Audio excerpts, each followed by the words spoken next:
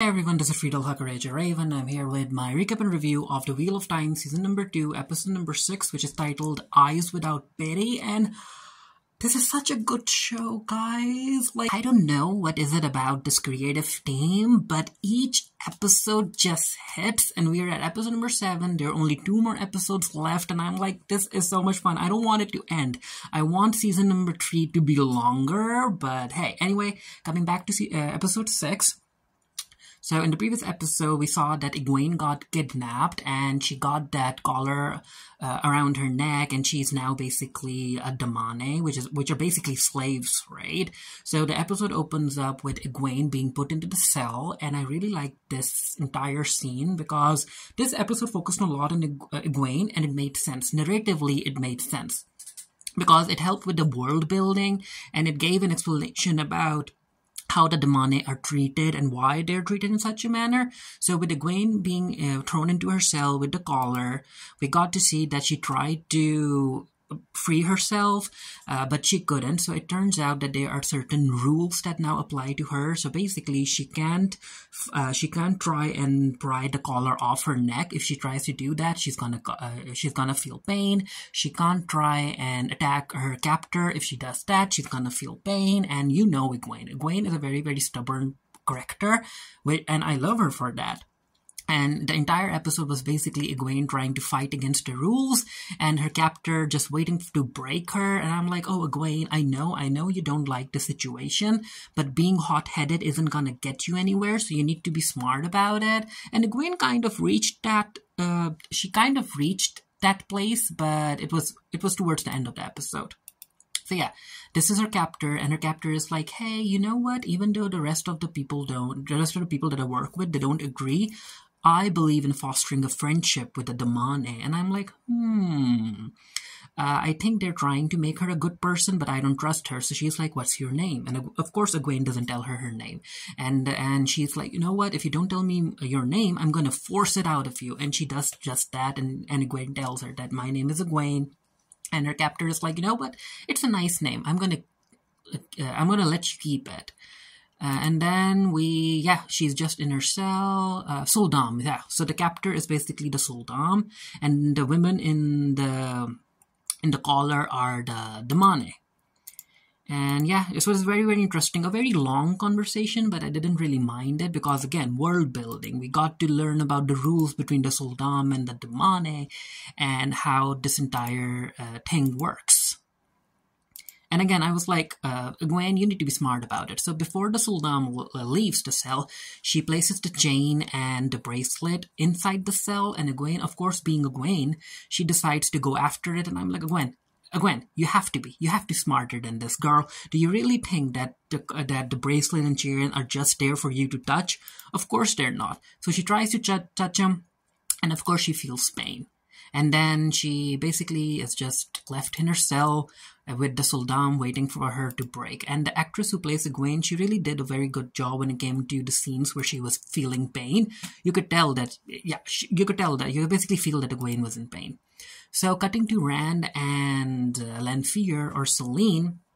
So because Moiraine told Rand that, hey, Selene still loves you, so you can use that to her advantage, so go into the dream world, talk to her. And that's exactly what Rand does. And Selene is like, took you long enough, huh?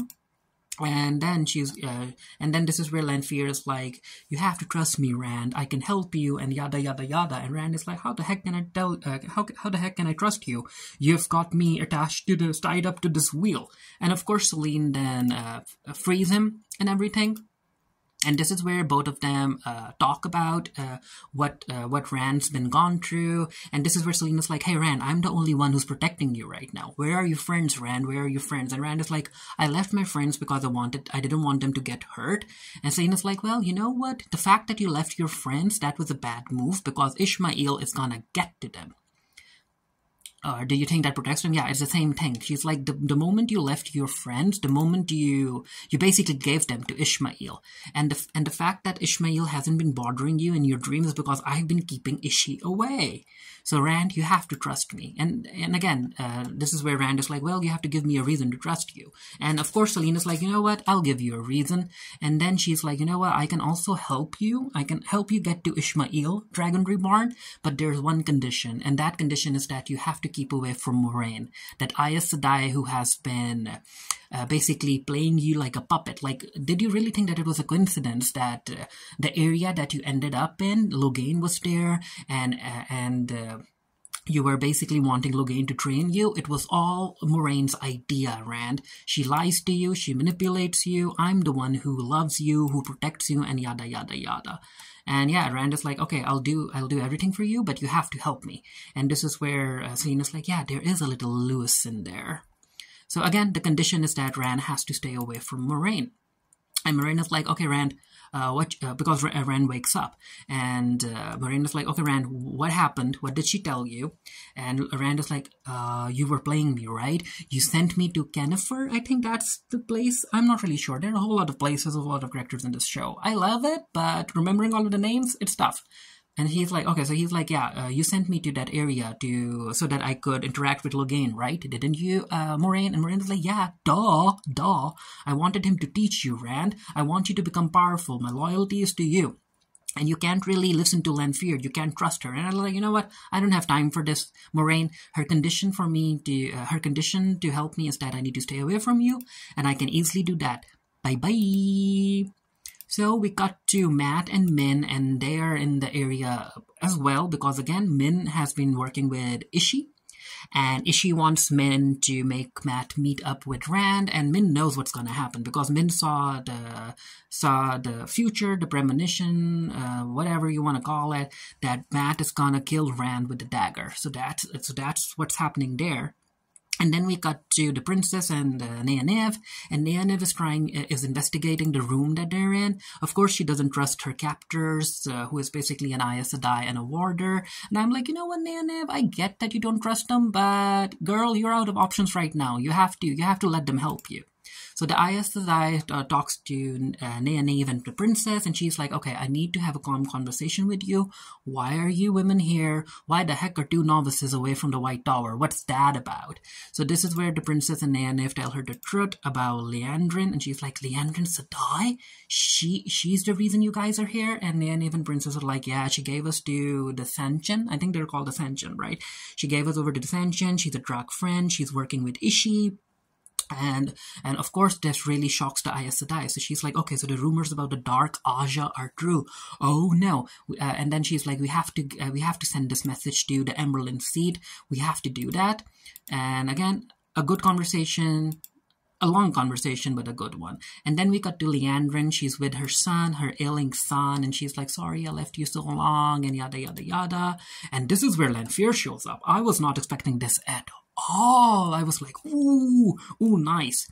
So Lanfear has been basically visiting Liandrin's dreams, and she's like, okay, I just visit your dreams for entertainment. You have some interesting fixations.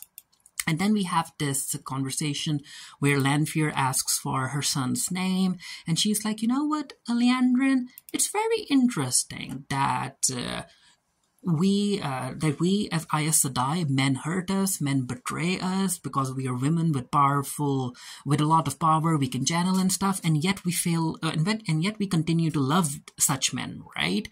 And this is where she's like, you know what, Liandrin? Your oaths are to the Dark One, not Ishi.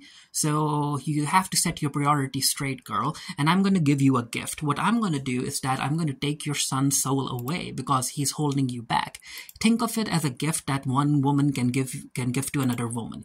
Without a man, without any obstacles.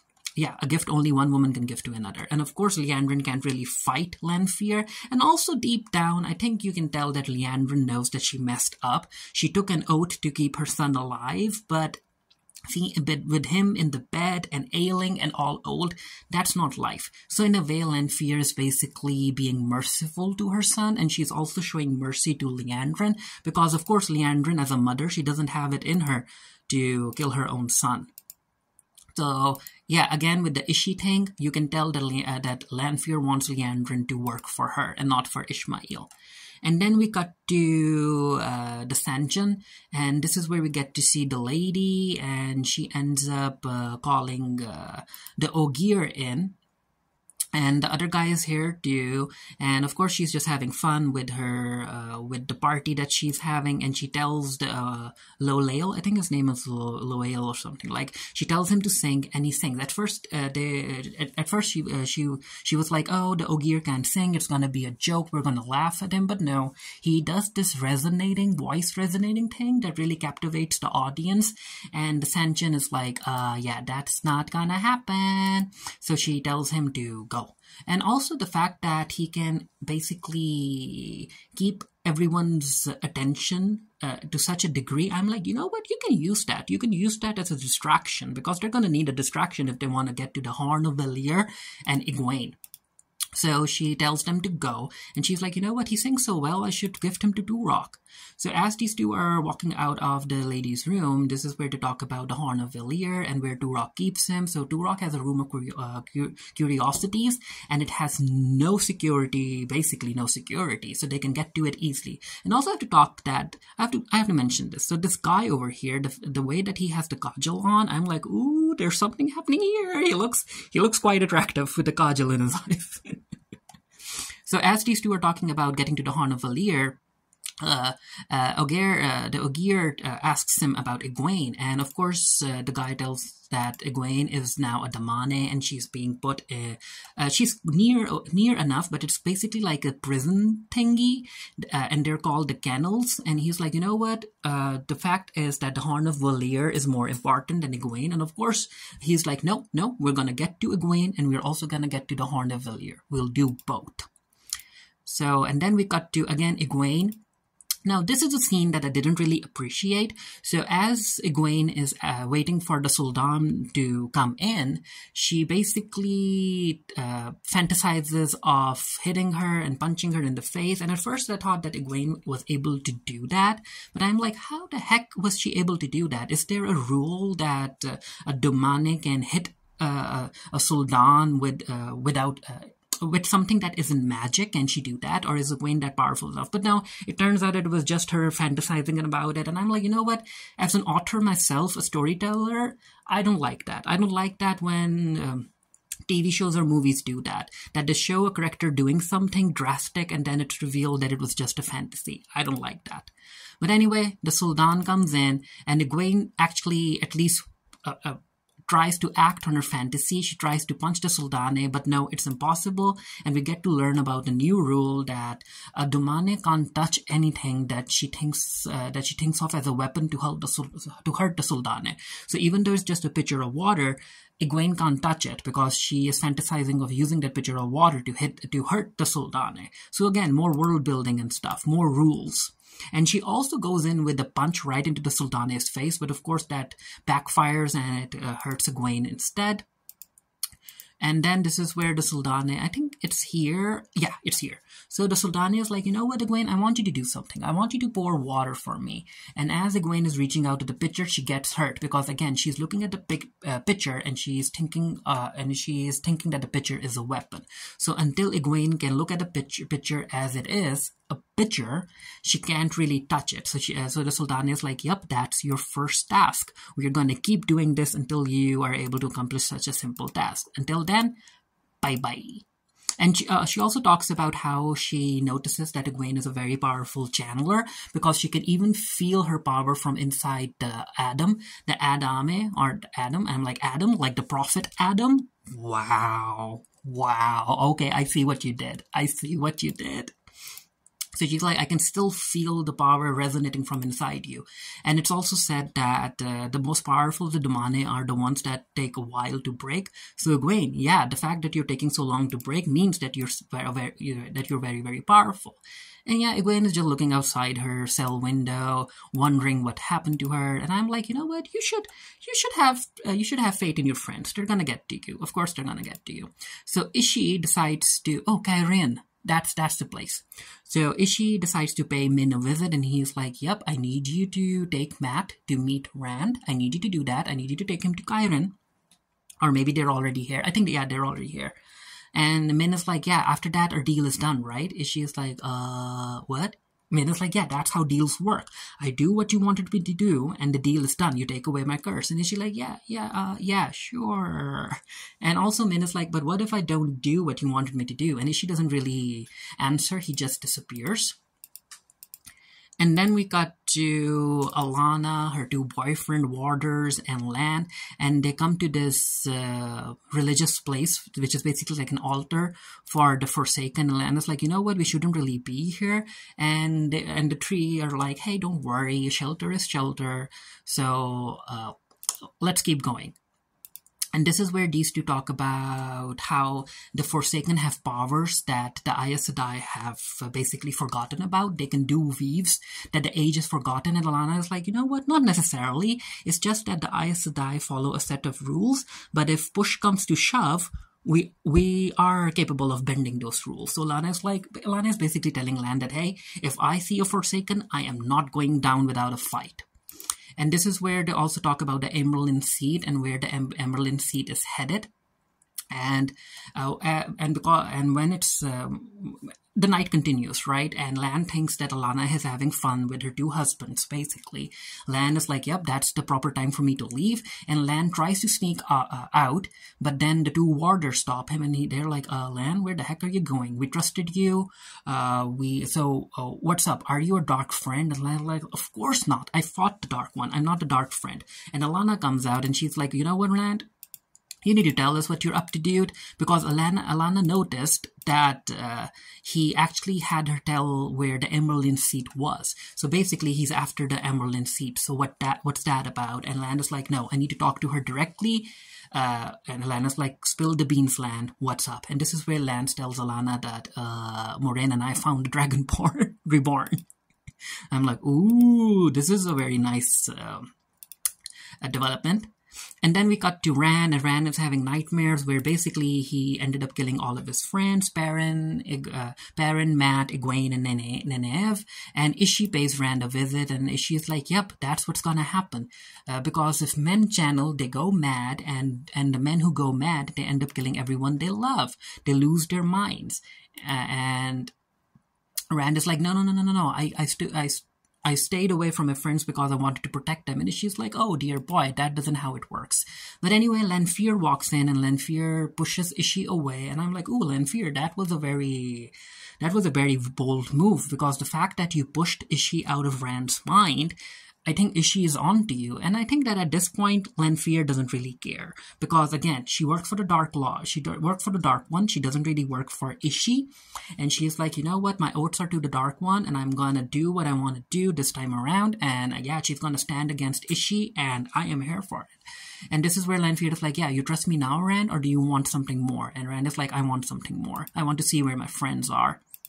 And this is where Lanfear is like, okay, fine, I'll do that for you. So who do you want to meet? I can help you pay them a visit during their dreams. It's a gift. And of course, Rand decides to pay Egwene a visit in her cell. And Egwene is like, Rand? And Rand is like, what happened? What happened? So he reaches out to touch Egwene, but Lanfear pulls him back, and she's like, nope. You aren't going to do that. That ain't happening. And this is where Lanfear is like, okay, so you trust me now, right? And Rand is like, no, please tell me where my friends are. Please allow me to help. Let me help my friends. I'll do anything. And Lanfear is like, that's what I want to do here, dear boy. And in the real world, Egwene wakes up, and of course she just saw Rand in her dreams, and she's like, oh no, I am losing my mind. Which makes sense. So, and then she hears another woman from the cell next to her, and she calls out to the woman, and the woman really doesn't have a conversation with him, because I think she's broken, because Egwene asks her for her name. She doesn't tell her name, but she's like, I'm Egwene, but I guess we'll talk later.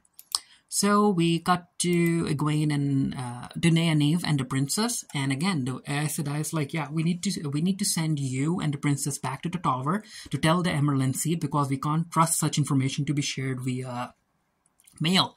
And Egwene and Nynaeve and the princess are like, we ain't going nowhere until we get to Egwene. We need to save her. So this is where the Aes Sedai is like, yeah, I get it. You two are stubborn women, stubborn friends. So she asks her warder to take out these two objects, and she's like, you know what? If you want to rescue your friend, you have to figure out how to unlock the Adame, or the Adam thing. So I'm gonna teach you how to do that. Then we cut to Moiraine. She's trying to write a letter to her girlfriend because she wants to tell her about something that happened, that something I should have told you a long time ago.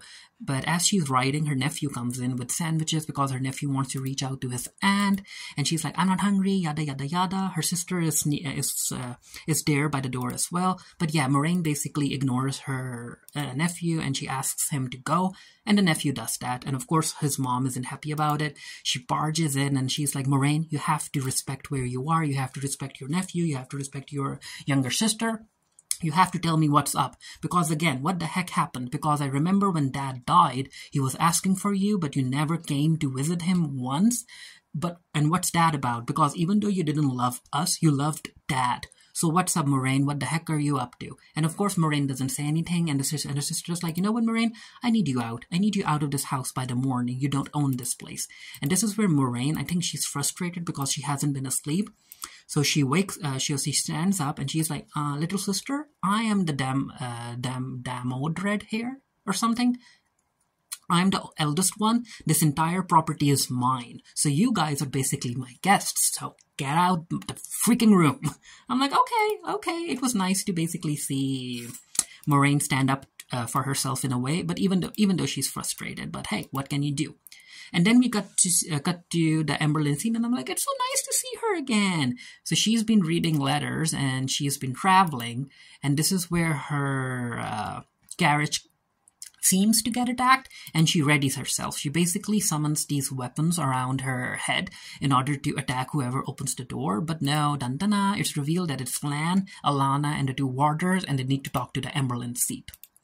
And then we cut to the professor and Rand is back to the professor because he's like, you know what, I need you to teach me how to weave in order to create powerful attacks. You have to teach me. And the professor is like, hey, I spent years trying to perfect my weaving patterns. Why the heck should I help you? And Rand is like, well, don't you want to make a difference? I can help you make a difference. Yada yada yada. I know you're angry at the world. I know you're angry at Aes Sedai. I can help you take your revenge. So teach me. And this is where the professor teaches him, and he basically tells Rand not to weave too much, but he doesn't really listen. He has to work on his chakra control, I guess. And there's an explosion, and Rand kind of hurts himself, and Rand is like, no, there's no time. I have to learn. I have to do this. And the professor is like, you know what, Rand, with all of that power, you can do anything you want, my boy. And then Rand is back. I think he's making his way back from the institution where the professor is, and this is where he ends up meeting Mat, and they do hug and yada yada yada. They're like, okay, so Mat is like, okay, so where are Perrin and the girls? And Rand is like, I don't know. It's complicated, and also I left them because I wanted to protect them, and I'm all alone right now. And I defeated the Dark One, and yada yada yada. So Mat is like, you know what? Tell me everything. So again, we cut to the princess and Nynaeve, and they have been working on channeling in order to open the collar, and apparently they can't really channel a lot, because if they do, then the Saldam will be able to detect them. So they have to be very delicate about the entire situation. And Nynaeve is like, you know what, this kind of feels like the Arches to me. So the princess is trying to open it, and Aes Sedai tells them that who ended up creating these collars. So it turns out that because there were rumors about the San'chen, the White Tower sent a bunch of Aes Sedai to investigate.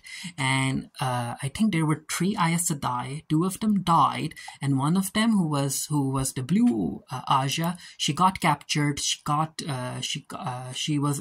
the control of the San'chen right now. However, the fact that the 2 Aes Sedai gave their lives, that's how they were able, that's how this particular Aes Sedai was able to be in possession of the collar. And she's like, you know what, I'm not going to let their deaths be in vain. I'm going to help you, and we're going to figure out how to open up this collar. So you have to help me. And then we again cut to Egwene. She's still struggling, yada, yada, yada. It's pain, blah, blah, blah. And even the Sultan tells Egwene about how a sister from your White Tower is the one who ended up creating these scholars. And Egwene is like, why? Why would she do that? And we don't enslave warders. And she's like, well, if you think about it, you kind of do, right? Because what are novices if they aren't servants? Trying to follow the Aes Sedai, following their every orders, comforting them, working for them. They are slaves, right? And I'm like, not necessarily. And yes, the Sultan is like, we Sanchin, we want to use your power. We want you to feel how powerful you guys really are without any limitations and stuff. And then she asks her to walk up to the cell window and look at the tree. And then she ends up connecting Egwene's collar to her bracelet. And there's this affinity. And she's like, see, can you feel it? Can you feel the calmness that you feel when we are connected? The comfort that it brings. And then she tells Egwene to look at the tree, because you can, if I don't know, yeah, you can kind of see her weaving, right? Weaving towards this tree. She's like, feel the roots, go up to the roots, and then burn it, burn the tree. See, that's the kind of power, that's the type of power we want to unlock in you, Ascension, as you being our Damane. We want you to reach your highest capabilities. And I'm like, as channelers who destroy things? Okay. So again, she's like, pour the water, Egwene, pour the water. And of course, Egwene isn't able to do that. And that really disappoints Ascension, because I think in a way she's really looking forward to being in control of such a powerful Damane for bragging rights, and she really wants to break Egwene so she can start using it. Okay, so again, these two are talking about protecting Egwene, saving her, yada, yada, yada, and that they have to figure out how the way to save Egwene, open the collar, and Nynaeve was like, you know what, Princess, even if I'm not able to go back to the tower, you should go. And Princess is like, no, I'm gonna stay here, I'm gonna help Egwene, and Nynaeve was like, why? And Princess is like, well, she's my friend, and I don't really have much of them. Many of them. And I'm like, oh, that makes sense. So these two were talking about pairing Egwene and Nynaeve, and how Rand fought the Dark One, and yada, yada, yada. And this is where Rand is like, yeah, I'm gonna go, and I'm gonna go kill Ishamael. And Matt is like, hey, take me with you. I'll be with you. Give me an hour to get ready. Wait for me at the gate. And I'm like, oh, no. Oh, no. So Min has been drinking because, again, she isn't a bad person per se. So Matt comes in and he's like, hey, Min, remember the friend that I told you about? The one that I was talking about in the cell? Well, I met him and I need to go with him. We're off on an adventure, and I'm just here to say thank you to you and say goodbye. And this is where Min is like, no, don't go. I know that the friend that you're talking about is Rand.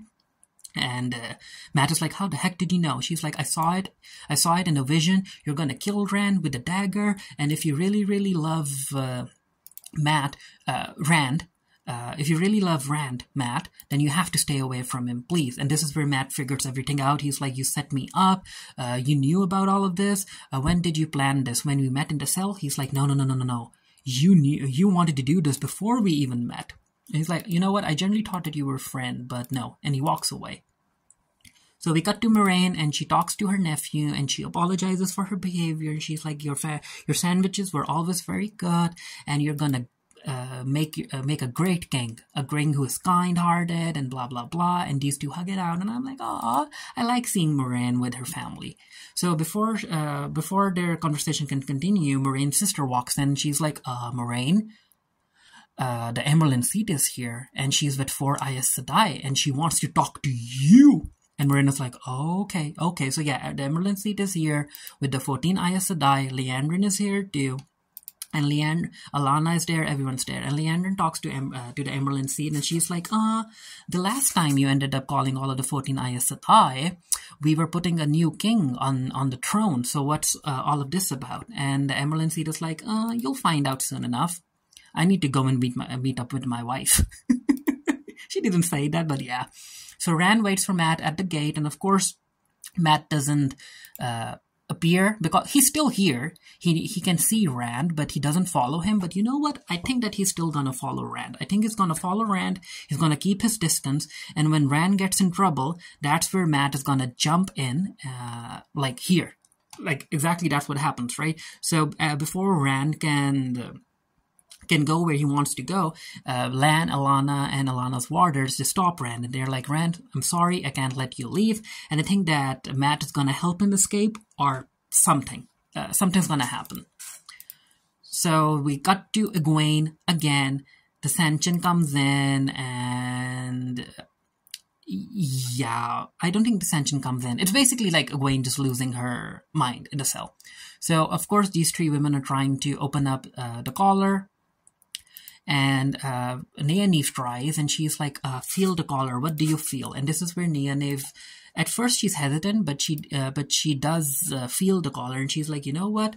The collar needs to be healed, and the only way it can be healed is to be put on a woman. And I was like, ooh, that's messed up. So yeah, Nynaeve tries to help. She ends up channeling a bit too much, and that alerts the Seanchan, and they're here to investigate.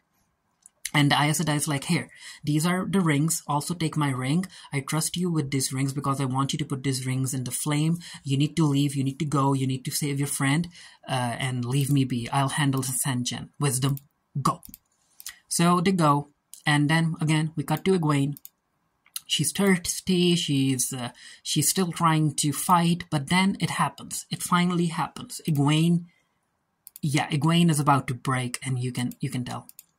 So the princess and Nynaeve are looking at the Aes Sedai and her warder fight the Seanchan that have come to her.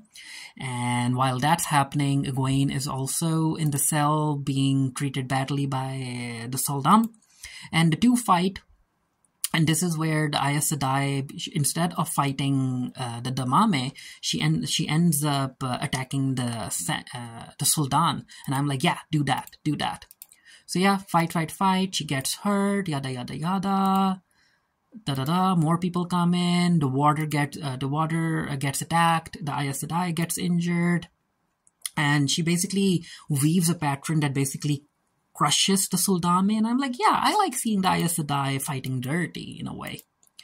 So yeah, the warder dies. Now, the fact there's this one particular scene where, because the Aes Sedai realizes that it won't be easy for her to win, like it's near impossible for her to win, she tells the warder to kill her, but the warder isn't able to do that because at this point, being killed is far better than being held captive. But yeah, that doesn't happen, and Nynaeve wants to help, but the princess stops her. The princess is like, if we help her now, we won't be able to help Egwene, so be patient. So yeah, this is where Egwene breaks. She's able to touch the pitcher, she's able to pick it up, and she's able to pour the water for the sul'dam, and the sul'dan basically pours the water out. She just wanted to test Egwene, and she's like, yeah, congratulations, you have broken, Egwene. And Egwene can't really, yeah, I think she's surprised. She's like, what? I broke? How? How did I break? How did I break? And she yells and she screams, and then we get to see that the woman in the cell next to her, she was a sister of the Blue Aja. We know her from season number 1. I think it's the same woman who talked back in season number 1, who talked to Moiraine during Moraine's spat about how she's gonna go and investigate. So yeah, the sister from the Blue Aja is here as well, and that kind of gives Egwene power because, again, Egwene is a very stubborn woman. She won't back down. So even though she kind of broke when it came to the water pitcher test, she still has fire inside of her, and you know that she's gonna fight. She's gonna figure out a way to fight, and I'm here for it.